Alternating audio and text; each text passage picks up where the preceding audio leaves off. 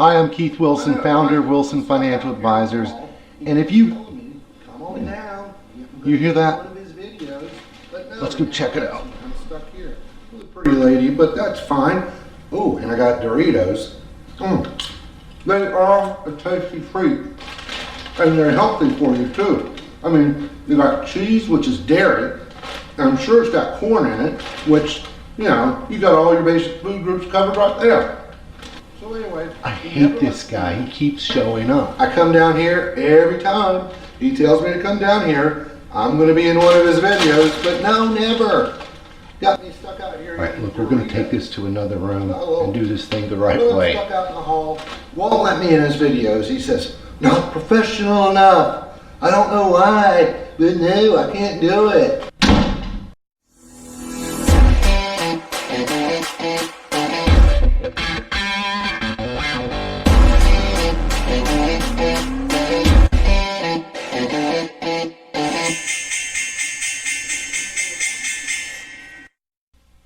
Hi, I'm Keith Wilson, founder of Wilson Financial Advisors.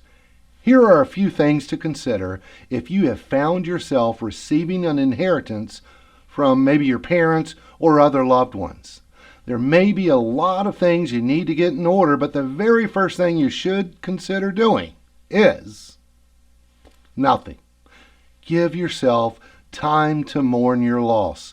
Many people make the mistake of either spending the money too quickly or investing poorly based on decisions made during an emotional time.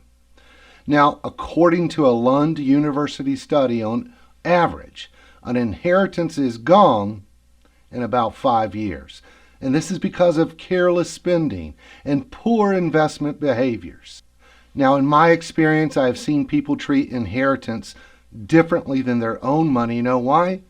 Because they didn't have to work for it. I'm sure you would want to honor the memory of your loved one by making sound decisions. So perhaps you should just park your newfound wealth for a while and look at your current financial situation. So after completing a financial review, take a look at any debt you have. Depending on the size of the inheritance, hey, it may be a good idea to use that inheritance or some of it to pay off your debt or at least pay them down. Now, by paying off debt, look at that extra cash flow you will have. For example, if you had a total of $50,000 in debt, maybe a mixture of credit card debt, car loans, whatever, and your monthly payments towards that debt was, say, $1,000, by paying off that debt, then you would be $1,000 richer each month, and you could put that into savings. Next, do you have an emergency fund of 3 to 6 months of expenses saved up? Now, an emergency fund should be used for unforeseen circumstances that pop up, like, there's always car troubles or maybe medical bills. It's not for taking vacations or your annual property taxes. If you do not have an emergency fund set up, hey, then consider setting aside some of this inheritance for that purpose. All right, so once debt is paid off, you got your emergency fund established, now it's time to look at putting that money to work for you. With a careful investment plan, this could possibly give you growth for the future.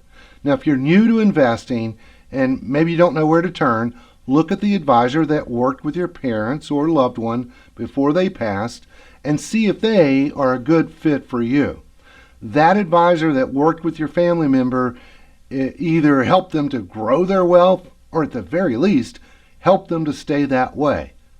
You will want to work toward an investment plan that is in line with your risk tolerance, your goals, your objectives, and those might be different than the way your parent or loved one was investing. So now the debt's paid off, you got the money invested, you got your emergency fund established. You may want to splurge a little, but splurge carefully. Just because you may have enough money to buy, 10 cars, doesn't mean you should. So don't overdo it. I would suggest that you have the mentality of save some, spend some, and give some.